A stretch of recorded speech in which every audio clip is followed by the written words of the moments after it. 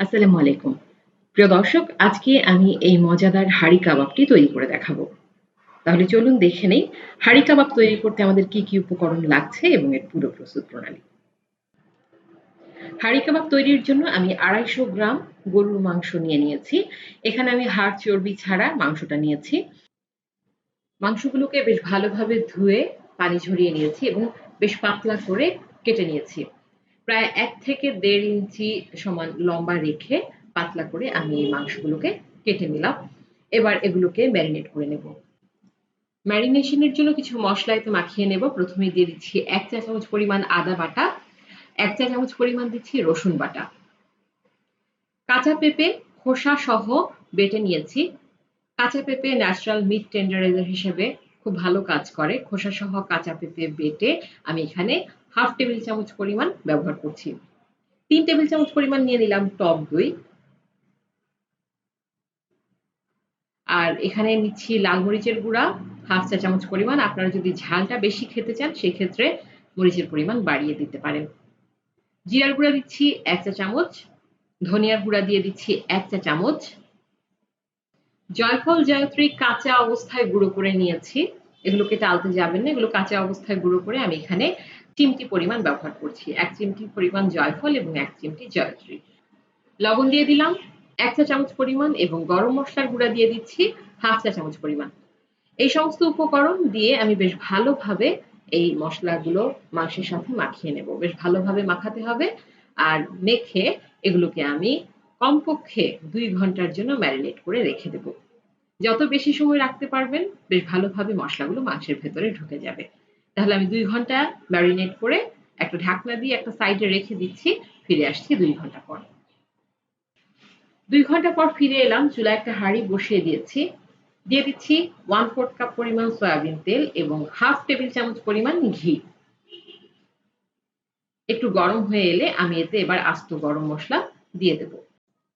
আস্ত গরম মসলার মধ্যে দিচ্ছি ২ টো তেজপাতা। তেজপাতা দুটো আমি ছিঁড়ে দিয়ে দিলাম।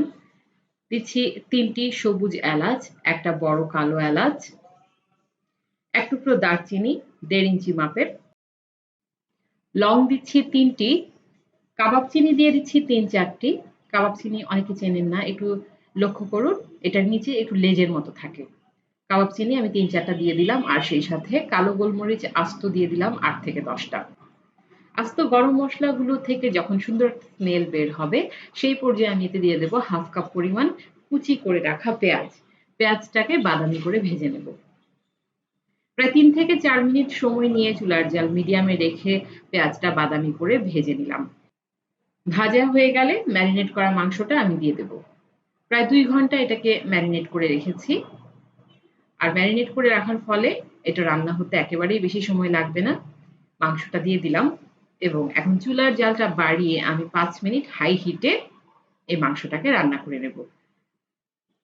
এই কাবাবটা বেশি সময় ম্যারিনেশনের কারণে এবং পেঁপে বাটা ব্যবহারের কারণে খুব অল্প সময়ে কিন্তু রান্না হয়ে যাবে। ৫ মিনিট হাই হিটে রান্না করে নিচ্ছি। কোনো রকম পানি দেওয়ার প্রয়োজন নেই। মাংস থেকে যথেষ্ট পরিমাণে পানি বের হবে। আর সেই পানিতেই কিন্তু মাংসটা পুরোপুরি সেদ্ধ হয়ে যাবে এবং রান্নাটাও কিন্তু কমপ্লিট হয়ে যাবে। ৫ মিনিট পর আমি চুলার জালটা কমিয়ে লো আর মিডিয়ামে মাঝামাঝি করে ঢাকনা দিয়ে রান্না করে নেব আরো ১৫ মিনিট। ১৫ মিনিট পর ফিরে এলাম। দেখতে পাচ্ছেন মাংস থেকে প্রচুর পরিমাণে পানি বের হয়েছে এবং এই পানিতেই কিন্তু মাংসটা এখন অনেকটাই সেদ্ধ হয়ে গেছে। আরো কিছুটা সময় লাগবে পুরোপুরি রান্নাটা কমপ্লিট করতে। এই যে পানিটা দেখতে পাচ্ছেন এটা আমি পুরোপুরি শুকিয়ে নেব। এর জন্য আরো ১০ মিনিট চুলার জাল মিডিয়ামে রেখে আমি এটাকে রান্না করে নিচ্ছি। ঢাকনা দিয়ে দিচ্ছি, ফিরে আসছি ১০ মিনিট পর।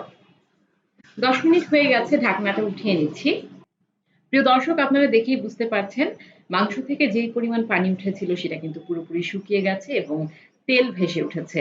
আর একই সাথে আমার এই মাংসটা পুরোপুরি রান্না হয়ে গেছে, অর্থাৎ সেদ্ধ হয়ে গেছে।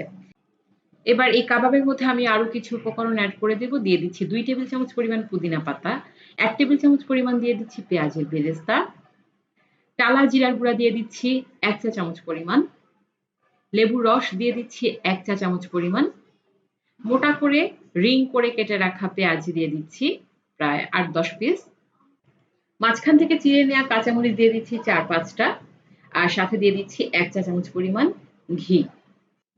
কাবাবের সমস্ত মসলা দেওয়া হয়ে গেছে, কাবাবটা আমার তৈরি হয়ে গেছে এবং খুবই চমৎকার একটা স্মেল বের হচ্ছে। প্রিয় দর্শক, অবশ্যই একবার হলেও বাসায় এটি তৈরি করবেন।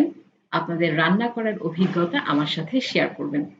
আমি এই কাবাবটা এখন একটা সার্ভিং ডিশে নিয়ে নেব। চুলার জাল বন্ধ করে আমি এটিকে একটা সার্ভিং ডিশে নিয়ে নিচ্ছি। তৈরি হয়ে গেল ভীষণ মজাদার হাঁড়ি কাবাব। আশা করছি আজকের রেসিপি আপনাদের ভালো লেগেছে।